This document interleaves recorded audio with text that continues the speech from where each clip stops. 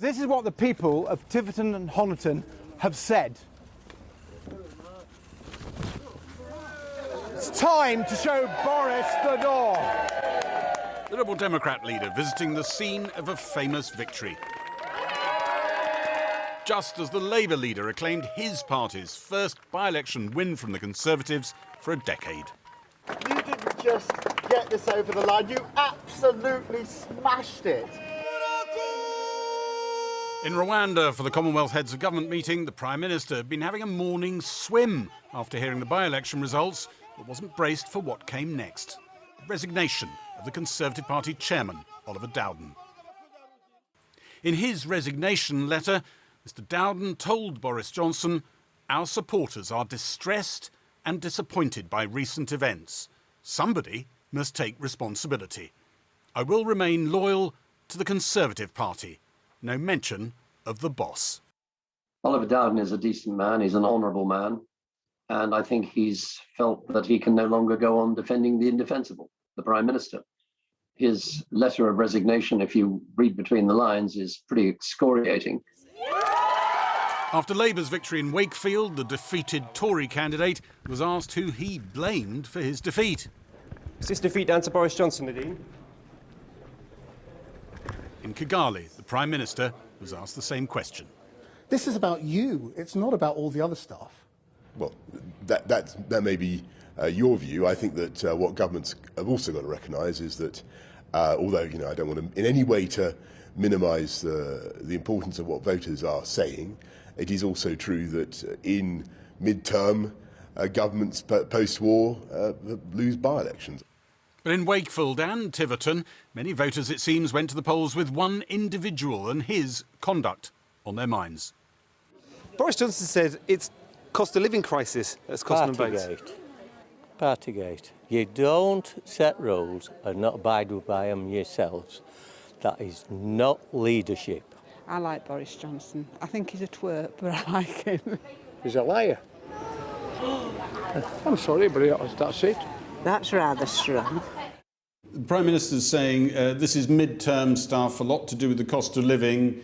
Is he, do you think, missing out there, one of the other causes of all of this? I can understand why he says that, and there's probably a lot of good reasons why you'd want to give the government a bit of a kick at the moment. The big question we all have is, will people forgive the Prime Minister for the events in Number 10 during the pandemic? I mean, there's clearly people are still angry. These results probably reflect that. Ed, over here, please. Both Victoria's party leaders were clear the Prime Minister had helped them win. Today, the Liberal Democrats have shown that the rule of Boris Johnson and this uncaring Conservative government can be ended. What a judgment this is on the Tories and Boris Johnson. What a judgment it is on them. But in truth, both opposition parties' supporters had helped each other out. In Tiverton, this is what the party's share of the vote looked like at the last general election. Yesterday, in the by-election, the Tories' share of the vote shrank by more than a fifth. The Lib Dems surged forward by nearly 40%, in part because Labour's vote shrank and diverted to the Lib Dem column. Labour voters deciding, in numbers we haven't seen for decades, that they're willing to vote tactically to get the Tories out. I voted Lib Dem this time. Normally I'm a Labour supporter, but I'd like to see one on the nose for Boris Johnson. I voted Liberal because there's better chances of the Conservatives losing, and obviously if the Conservatives lose here and in Wakefield, then hopefully our Prime Minister that hasn't got any credibility left will be out of a job fairly soon. So that's my rationale. Don't know about you, Phil. About the same. Yeah. In Wakefield, the 2019 general election share of the vote for the main parties changed in a similar, though less dramatic, way. The Tory vote fell 17% in the by-election, Labour's rose by 8%. Half the Lib Dems' old vote may have switched to Labour, not that big, but part of a trend that could have huge impact. In Tiverton and Honiton, the Labour candidate lost his deposit, and in Wakefield, the Liberal Democrat candidate lost their deposit. And that's continuing a trend we've seen in a number of by-elections so far. We've seen some evidence of it also in local elections. It seems like one element of the mid-90s climate that really is reappearing is this willingness of both Labour and Liberal Democrat voters to coordinate behind whoever is best placed to get rid of the Conservative Party. No doubt, Beth, people will continue to beat me up. No doubt of that whatsoever. Boris Johnson's critics feel vindicated by these by-election results. Many of his allies seem strangely quiet.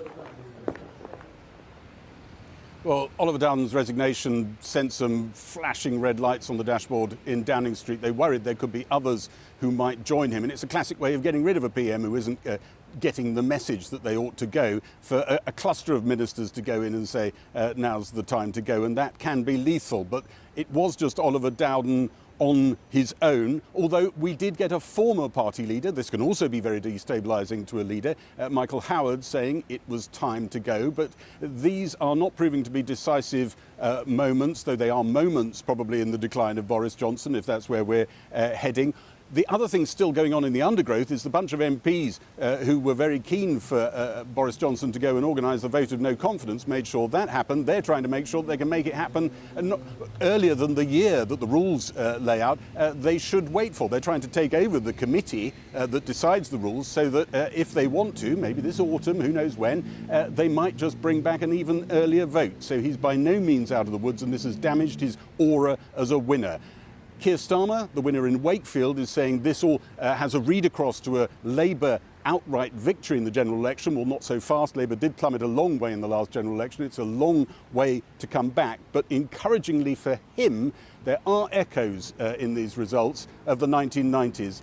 And that tactical voting that so helped Tony Blair's victory, even if something like that is out of Keir Starmer's reach. Tactical voting could cause an awful lot of harm to the Tories if it continues at its current pace.